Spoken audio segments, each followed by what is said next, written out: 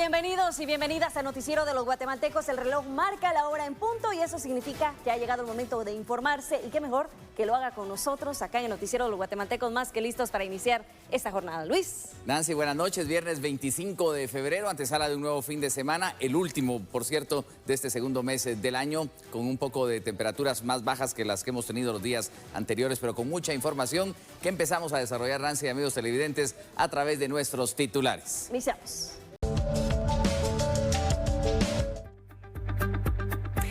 Muy buenas noches. A continuación lo pondremos en contexto sobre los orígenes de este conflicto que existe entre Rusia y Ucrania. Para ello nos situaremos en el año de 1991, cuando se disuelve la Unión Soviética. Hablamos de 16 regiones que se declaran independientes, entre ellas Rusia y Ucrania. Posterior a ello, Rusia pierde el control que tenía sobre estas naciones. Pero años más tarde, en 2013, nos referimos a que Ucrania buscaría firmar un acuerdo de asociación con la Unión Europea.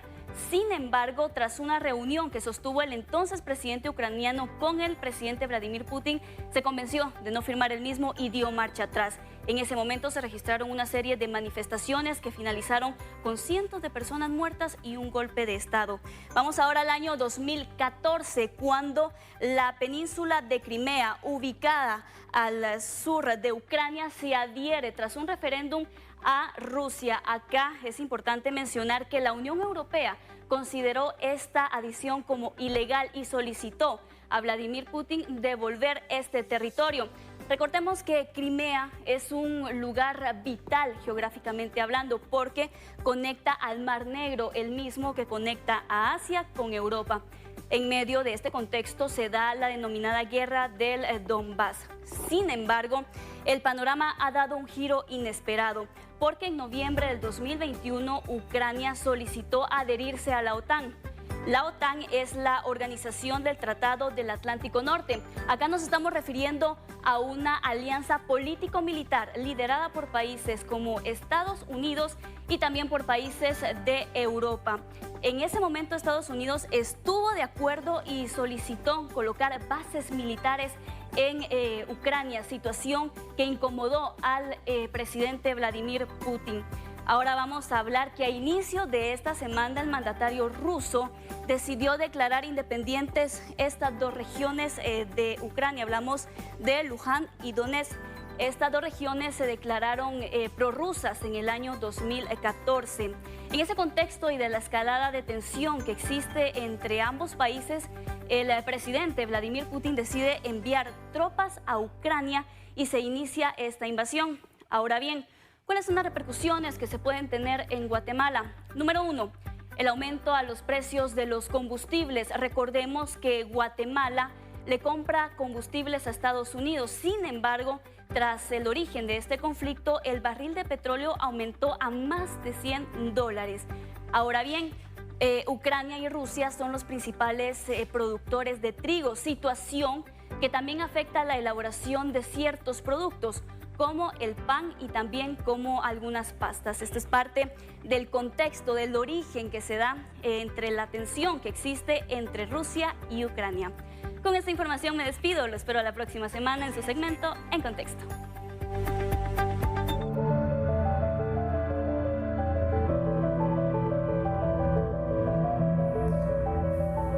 Gracias, Jensi López. Y precisamente en esa connotación de la posibilidad de la economía mundial que se vea afectada, Guatemala también tiene lo propio. Podría registrarse ese precio al aumento de los fertilizantes y los agroquímicos, derivado también del precio de los combustibles, que pues repercutirá en el sector agrícola, según lo da a conocer la Cámara del Agro. Por ejemplo, un fertilizante sube mucho de precio, o me cuesta más echar el mismo fertilizante que eché el año pasado para producir lo mismo, o me alcanza para echarle menos y por ende tendré menos producción este año, y entonces lo que va a pasar es que va a haber menos producto, que es más o menos un efecto similar, ya que al haber menos producto pues suben los precios.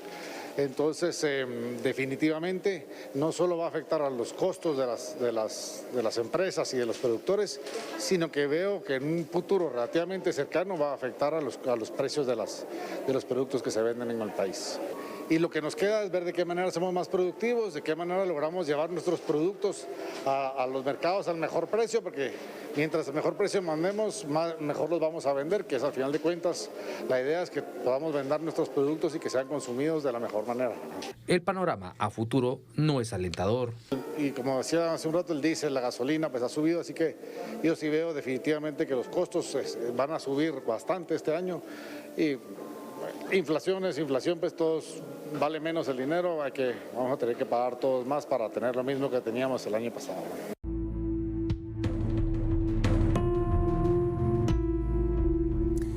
Continuamos con el orden de la información. La primera fase para concretar el sistema de búsqueda de migrantes es un hecho. Así lo dieron a conocer las autoridades de migración.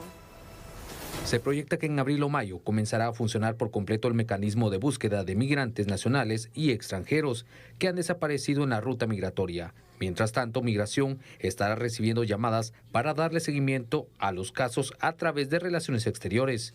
Por lo tanto, el instituto ya dio ese primer paso para que quede ya establecido el mecanismo en su primer paso.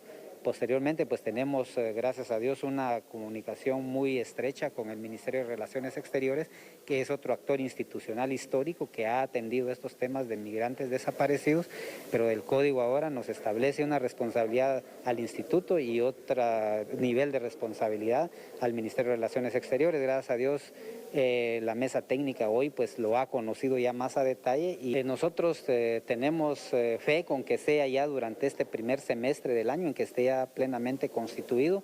Lo único que nos hace falta es que esta mesa técnica elevará en una reunión extraordinaria que se va a planificar muy pronto para que el Consejo de Atención y Protección lo adopte a través de una resolución, que es lo único que nos queda pendiente, que es una cuestión puramente procedimental. Este viernes finalizó la tercera cumbre de fiscales y procuradores generales del 2022 con sede en Antigua Guatemala.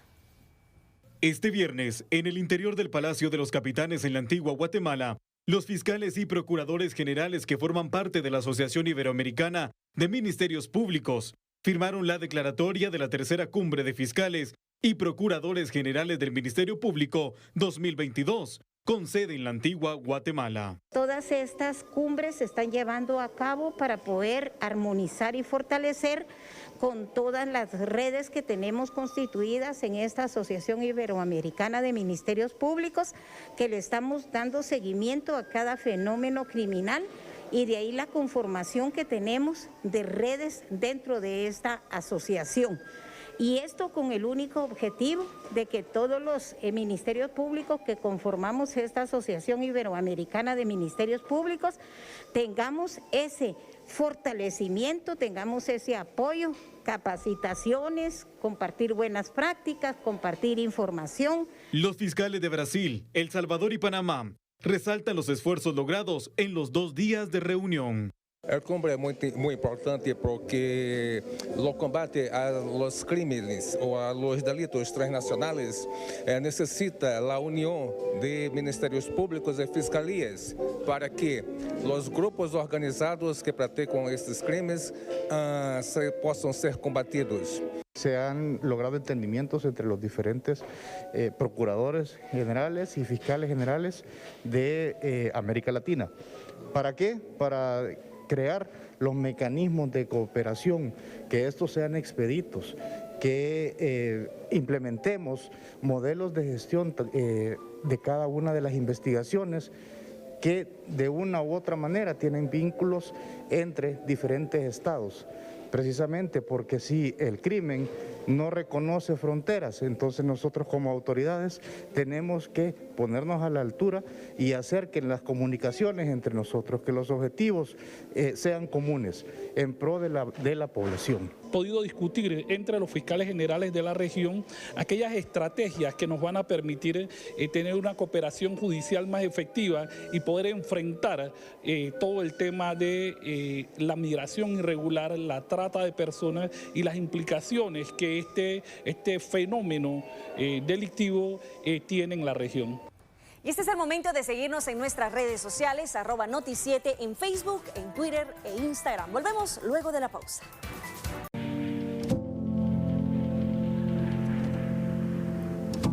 Bien, estamos de regreso con la información Vamos a continuar con noticias, Nancy, ya que pues tras el fallecimiento del ex vicepresidente de la República, Roberto Carpio Nicol, se ha anunciado su inhumación el próximo lunes, pero se han programado diferentes homenajes póstumos a su memoria durante el fin de semana. El ex vicepresidente Roberto Carpio Nicol murió este 24 de febrero a sus 91 años.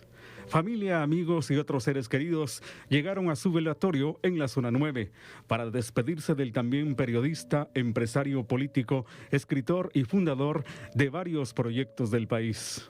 Lo transmitió, el poder ayudar al otro, ¿verdad? Pudiendo o no pudiendo, siempre saliendo de su camino para tender la mano. Y realmente siempre nos sentimos muy orgullosas de llevar su nombre y su apellido con la cabeza de frente y la mirada en alto, sabiendo que no debió nada. Siempre pensó en toda la gente, quería morir siendo centroamericano, ya está descansando en paz y le agradecemos al Señor que ya no tiene ningún dolor porque sí, ya estaba sufriendo. Siempre pensamos que pasa a la resurrección, entonces el luto se lleva por dentro. Y el blanco es símbolo de eso, de una mejor vida con Dios. El expresidente de la República, Vinicio Cerezo, con quien formaron dupla en el primer gobierno democrático de 1986 a 1991, también asistió al funeral y recordó algunas vivencias compartidas con Carpio. Jugó un papel verdaderamente importante. Él era un fanático de la integración centroamericana. Y siempre decía una frase que se volvió muy famosa, decía: yo nací guatemalteco y voy a morir centroamericano. Y así fue. Los restos del ex vicepresidente Roberto Carpio serán trasladados en horas de la mañana de este sábado al Palacio Nacional, donde serán recibidos por el actual gabinete de gobierno y pasarán el fin de semana, para el próximo lunes llevarlos al Congreso de la República y finalmente inhumados en el cementerio.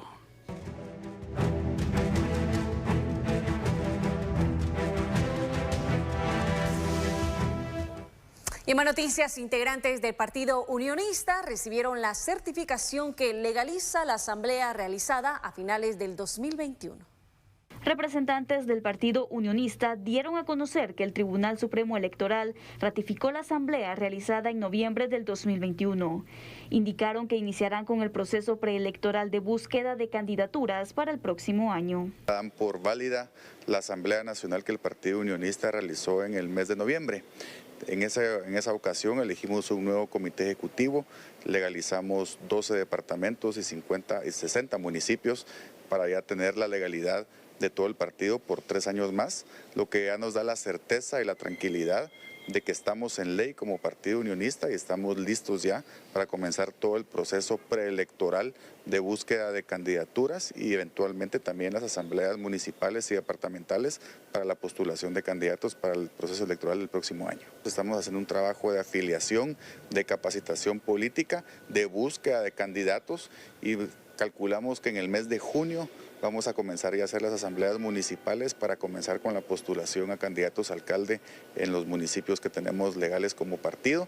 Posteriormente serán las asambleas departamentales para nominar a los candidatos a diputado y por último la Asamblea Nacional para postular al binomio presidencial que estaremos nosotros presentando para el próximo año. Se tiene previsto que para junio próximo se inicien con las asambleas municipales. Posteriormente serán las asambleas departamentales y por último la Asamblea Nacional para postular al binomio presidencial.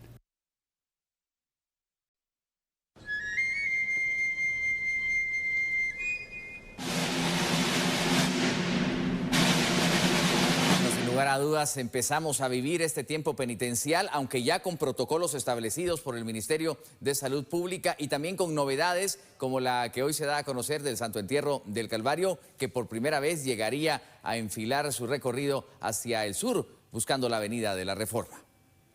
Tras la reunión con autoridades del Ministerio de Salud y de la Municipalidad de Guatemala, el párroco del Templo del Calvario, Manuel Chilín, confirmó que los cortejos procesionales de este templo sí saldrán en Cuaresma y Semana Santa, No obstante, los recorridos serán totalmente diferentes a los acostumbrados.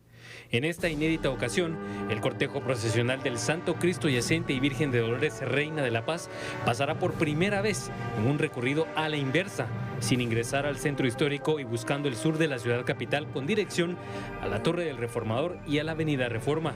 En esta ocasión, y en atención a las disposiciones del Ministerio de Salud, no se permitirán filas de cucuruchos. Los cargadores se presentarán a su turno y deberán retirarse a observar el cortejo procesional en las aceras para evitar aglomeraciones. También se informó que el segundo domingo de Cuaresma, Jesús Nazareno de la Justicia también tendrá un recorrido diferente y pasará por primera vez frente a la estación central de los bomberos voluntarios para rendir homenaje y reconocimiento a las instituciones que han combatido la pandemia del COVID-19.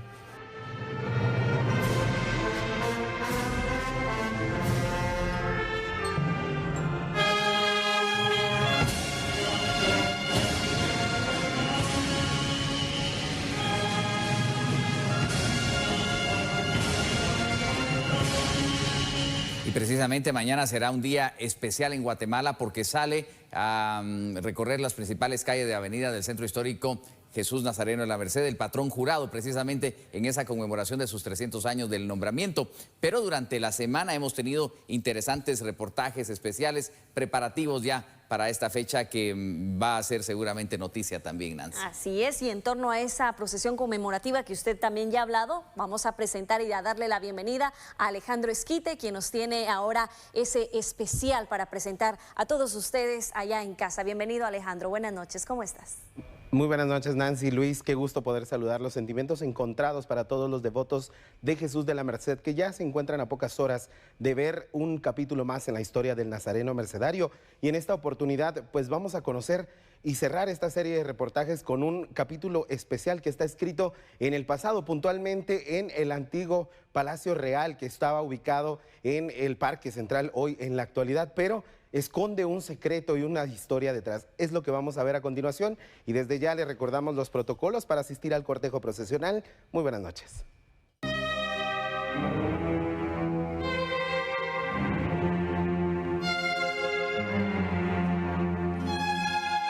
No hay día que no llegue ni plazo que no se cumpla, diría un conocido refrán. Y pareciera que el tiempo se nos fue como agua entre las manos. Es Viernes Santo de un año perdido en la historia. Y como dicta la tradición, el último de los nazarenos va en su cortejo.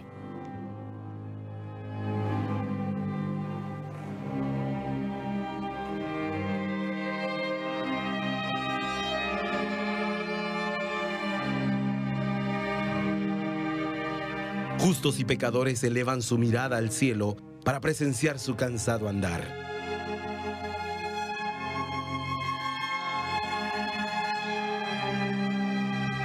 Miles de historias se cuentan y muchas más se han de escribir, pero lo que a continuación escucharemos nos recuerda que por algo es el patrón jurado.